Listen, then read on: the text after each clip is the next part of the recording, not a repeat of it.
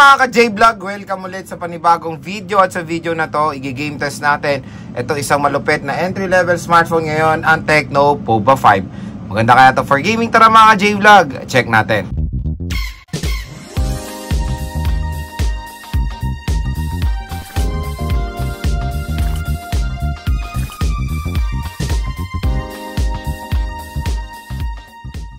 So bago tayo mag-start, ito pa rin quick specifications si Tecno POVA 5 sa chipset. Meron siya MediaTek Helio G99, meron tayo octa-core CPU na merong clock speed na up to 2.2 GHz. Sa GPU meron siya Mali G52MC2.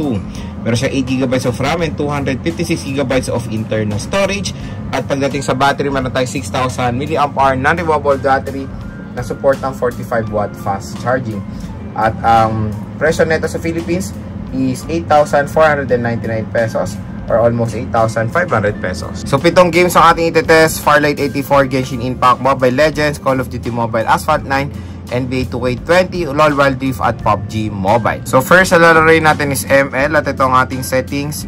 HD mode na on, refresh rate natin nasa super, graphics ultra naka-on ng outline at shadow. And syempre naka full download na ang resources dito.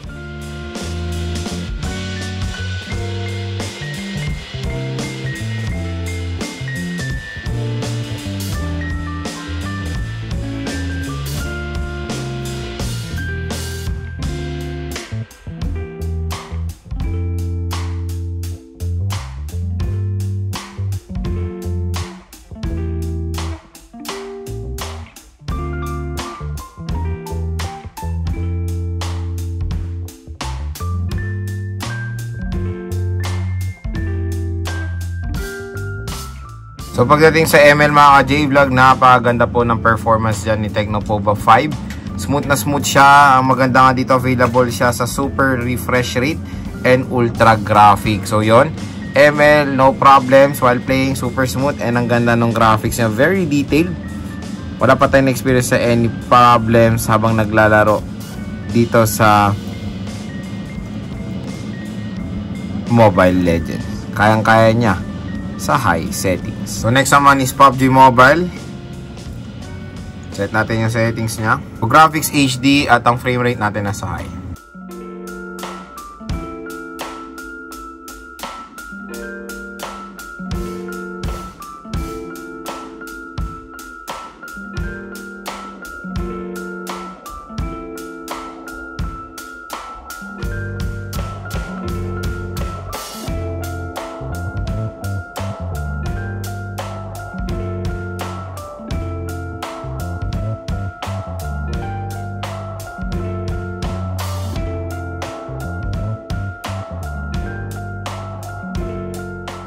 So, pagdating sa PUBG Mobile, ayan, tingnan nyo naman, very detailed din yung graphics dito sa POVA 5. Ang ganda.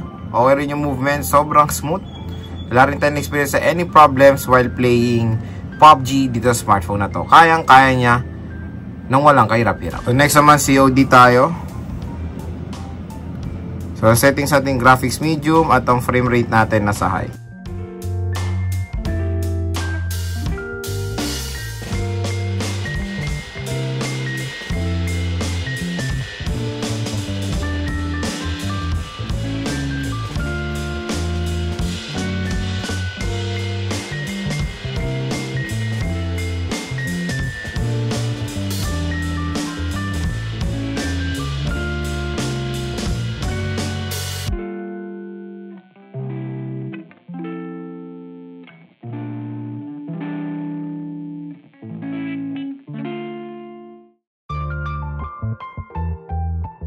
Pagdating sa COD multiplayer, super smooth din ang performance dyan ni Tecno POVA 5. Ang ganda, pero sad to say, hindi pa siya naka-optimize ng gaano when it comes sa settings ng graphics. Hanggang medium lang ang pinakamataas, pero matik yan, kayang-kaya niyang i-handle yung mga high settings na itong COD multiplayer. So yon, paniguradong may enjoy nyo maglaro ng COD dito mga J-Vlog dahil kayang-kaya niyang i-handle na walang kahirap-hirap. So next naman is Farlight 84. Ito ang ating settings, graphics HDR at ang frame rate natin nasa extreme, resolution natin nasa high.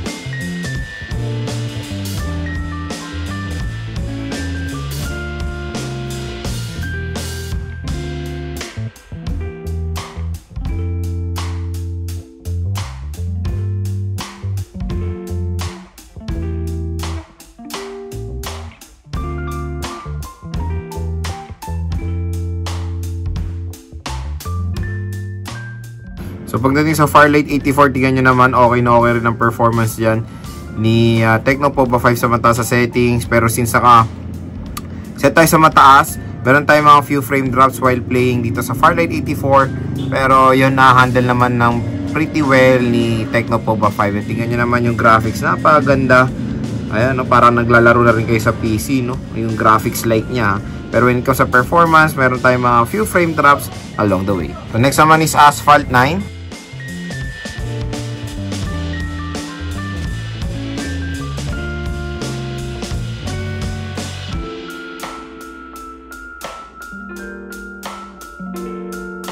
Ayan, medyo mabilis yung race pero okay naman. All goods ang Asphalt 9 dito. Very detailed yung graphics. Ang ganda. Tingnan nyo naman, ang ganda nung graphics dito. Merong slight frame drop. Smooth siya mga J-Vlog while playing Asphalt 9 dito sa Tecno Pova 5. So next naman is NBA 2K20. So sinet ko na yung settings sa high. Pakita ko ulit sa inyo.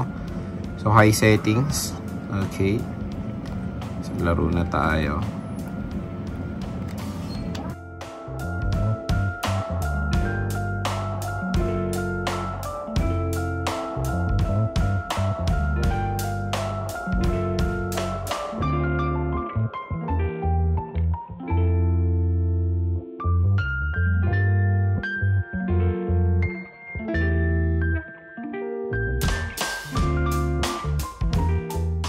Ayan, pagdating sa NBA 2K20, napaganda rin ang performance dyan ni Tecno Pova 5. Wala tayong na-experience sa any problems habang naglalaro. Movement, wala rin slow movement. Okay na okay. All good siya. So, kayang-kaya niyang i-handle ito nang walang kahirap-hirap mga ka-J-Vlog. Sa high settings pa nga. Ayan, no. No frame drops at all. No frame drops at all. At ayun, may enjoy nyo po maglaro na NBA 2K20 dito. So, next naman is Genshin Impact. Next, set natin muna yung settings sa pinakamatasin natin kung kakayanin nga ba ni Tecno Pova 5. So, graphic size, 60 FPS. At ilaw lang natin yung motion blur. Ayan, tingnan nyo, nagbago yung graphics. Mas naging detailed. Pero tingnan natin mga kagalaw. Uy, all goods ha. In fairness, nakakaya naman kahit papaano. Uy. Wow. Ayos.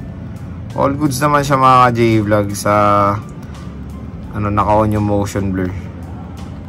Nakakaya niya. Ngayon, since off natin muna yung motion blur, tingnan natin kung may huge difference ba. Pero yun, kaya niya high settings mga J-Vlog, kaya ito na lang set natin. Pero off lang natin yung motion blur. Yan. So, medyo mas umokay yung movement.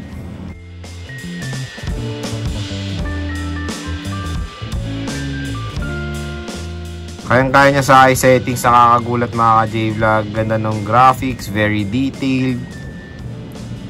Tingnan nyo naman, may mga slight frame drops, expect nyo na yan dahil medyo mabigat talagang Genshin.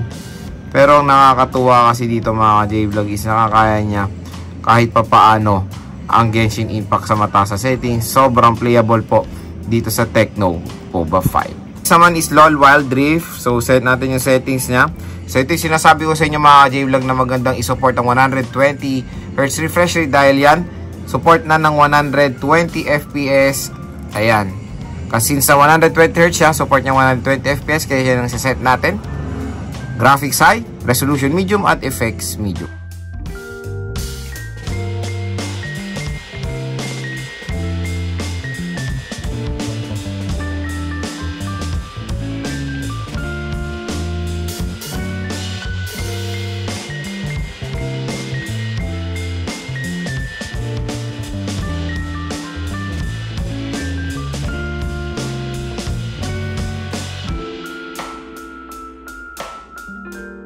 So yun mga ka-J-Vlog, yung gaming performance ni LOL Wild Rift sa Tecno Pova 5. Okay naman, all goods. And yung frame rate niya, umabot naman sa 120 pero meron tayong mga frame drops. Pero pag nasa battle, all goods naman siya kahit papaano sa 120 FPS. Ayan, okay na okay siya. Playable na playable mga ka-J-Vlog ang LOL Wild Rift dito sa Tecno-Pova 5. So ayan mga ka-J-Vlog, nakita nyo na ang gaming performance ni Tecno-Pova 5. So napakaganda pong gamitin pang gaming itong smartphone na to. Definitely, ang ganda niya pong i-recommend sa mga gamers out there dyan na naghahanap ng budget-friendly na smartphone.